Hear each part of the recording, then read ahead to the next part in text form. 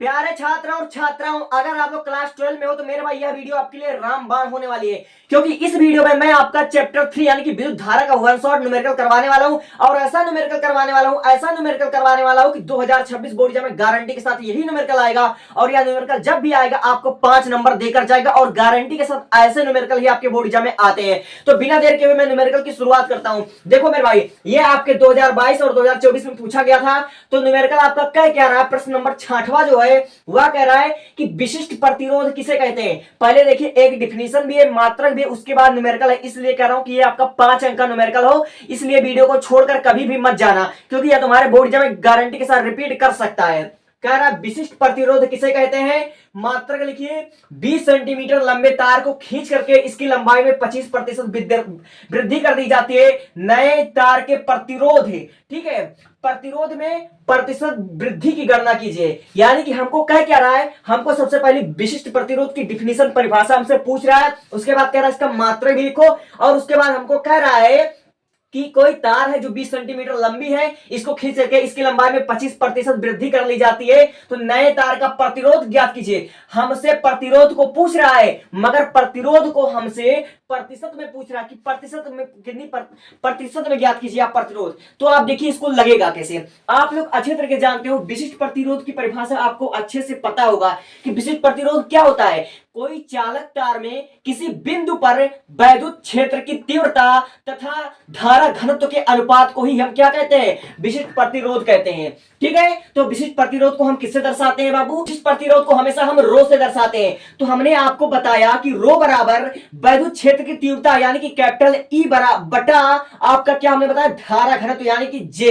इसी के अनुपात को हम कहते हैं क्या, विशिष्ट प्रतिरोध कहते हैं। ठीक है, इसी के अनुपात को हम क्या कहते हैं, विशिष्ट प्रतिरोध। और साथ ही साथ हमको इसका मात्रक भी पूछा है। तो इसका मात्रक आपका क्या होता है, इसका मात्रक होता है आपका ओम मीटर। ठीक है, आपका होता है ओम मीटर। फिलहाल हम आपको न्यूमेरिकल करवाने वाले हैं इसमें, तो परिभाषा आप लोग अच्छे से आप लोग देख लीजिएगा।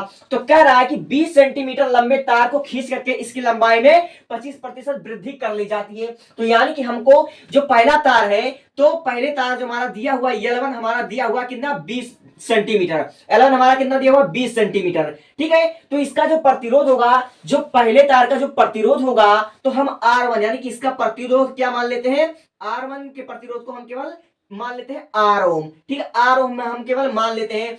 अब आगे देखिए, आप कह रहा है कि तार को खींच करके इसकी लंबाई में 25% वृद्धि कर ली जाती है। यानी कि जो हमारा प्रश्नानुसार जो हमारा जो तार को खींच करके आप जो वृद्धि कर लोगे, उस दूसरे तार का जो हमारा लंबाई उसको हम कितना मान लेंगे। ठीक है, हमने L1 माना 20 सेंटीमीटर जो कि क्वेश्चन में दिया हुआ था।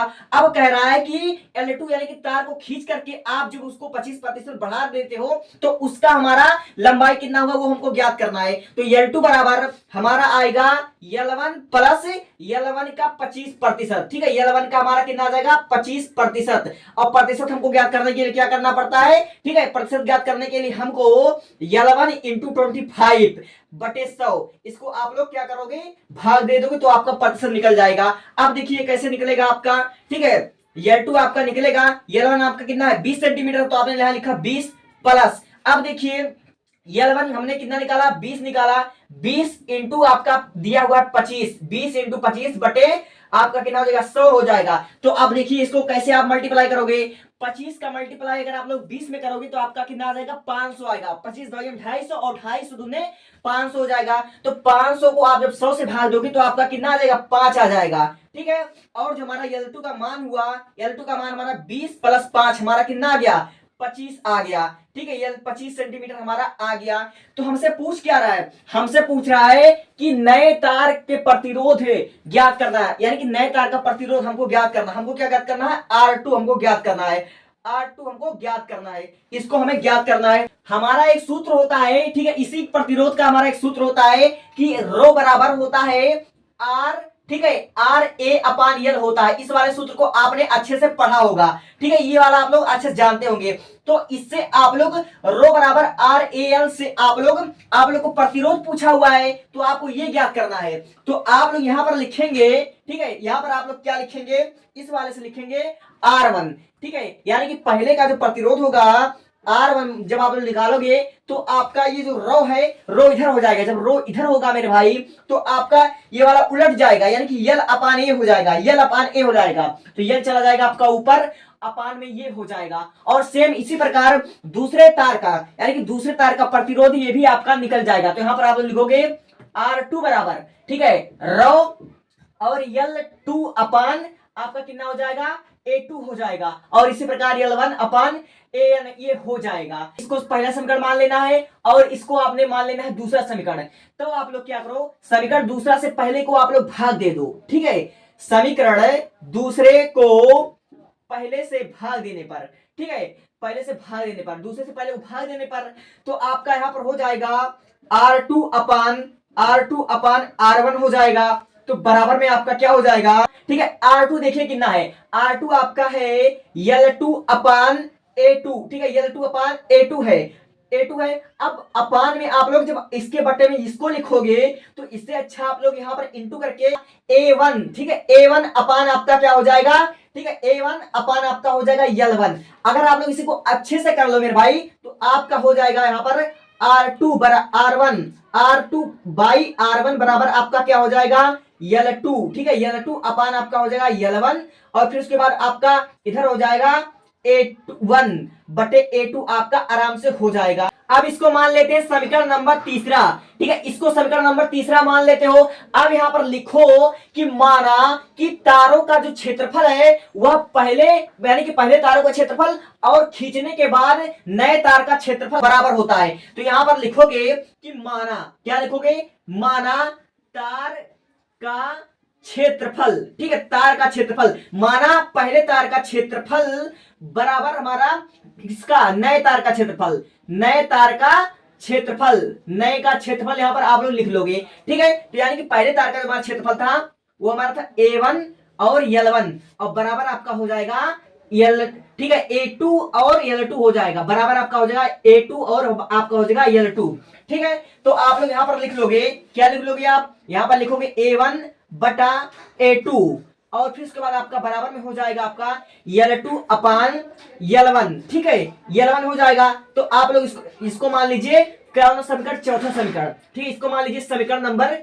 चौथा। तो आप लोग देखो कि समीकरण तीसरा और चौथा में आपका जो हमारा है, जो आपका A1 अपान A2 है वह L2 अपान L1 के बराबर है, ठीक है। यानी कि आपका जो इसको हम इस प्रकार भी लिख सकते हैं, ठीक है, इसको हम किस प्रकार भी लिख सकते हैं, इसको हम इस प्रकार भी लिख सकते हैं इस वाले को कि R2, ठीक है, इसको हम लिख सकते हैं क्या कि R2 अपान R1 बराबर, इसको हम लिख सकते हैं L2 अपान L1 और इस A1 बटा A2 के जगह पर हम L2 अपान L1 भी लिख सकते हैं, ठीक है। तो आप लोग जब यहाँ पर L2 अपान अगर L1 लिख दोगे मेरे भाई तब इन दोनों का आपका स्क्वायर यहाँ पर ना हो जाएगा। तो यहाँ पर लिखोगे R2 अपान R1 बराबर आपका L स्क्वायर, ठीक है, बटा आपका L2 अपान L1 ये आपका हो जाएगा स्क्वायर में, ये आपका हो जाएगा स्क्वायर में, ठीक है। तो इसको आप लोग अच्छे से ध्यान से समझिएगा, इसको आप लोग ध्यान से समझिएगा, आपको बहुत बेहतरीन तरीके से समझ में आएगी। यह सवाल नहीं बवाल है, बवाल, ठीक है।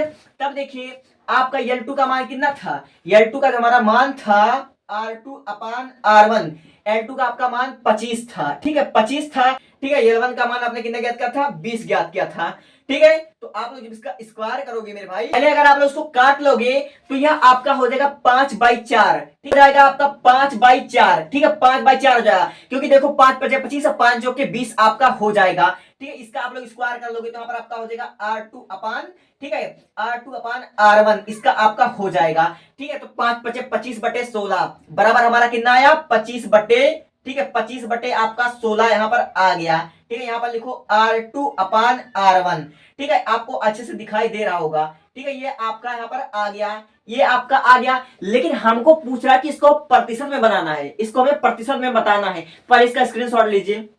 अब हमको इधर थोड़ा सा रफ करना पड़ेगा, ठीक है, इधर थोड़ा सा हमको क्या करना पड़ेगा, रफ करना पड़ेगा। तो इसको हम थोड़ा सा रफ कर लेते हैं और फिर उसके बाद आपका हम क्या करते हैं, फार्मूला लिखते हैं, ठीक है। तो देखिए जो हमारा इसका फार्मूला होता है, कह रहा हमसे कि इसको प्रतिशत में हमको क्या करना है, तो इसका हमारा फार्मूला होता है R2 - R1 बटे R1, ठीक है, इंटू में आपका होता है 100, ठीक है। तो आपका R2 कितना आया हुआ है, R2 आपने यहाँ पर ज्ञात किया 25 आया हुआ और R1 आपका 16 आया हुआ है। तो यहाँ पर लिखोगे आप लोग, ठीक है, 25 माइनस आपका 16 बटे R1 आपका है 16 और फिर उसके बाद आपका हो जाएगा यहाँ पर 100 हो जाएगा। ठीक है, अब 25 में से आपका 16 गया, कितना बचा आपका 9 बचा। ठीक है, तो 9 बट्टा 16 हो जाएगा, इंटू में आपका हो जाएगा 100। ठीक है, अब देखिए इस 100 का गुणा इसमें होगा तो ये नहीं क्या हो जाएगा 900 बट्टे 16, यहां पर हम लिख देते हैं क्या हो जाएगा आपका 900 बट्टा 16 हो जाएगा, 900 बट्टा 16 हो जाएगा।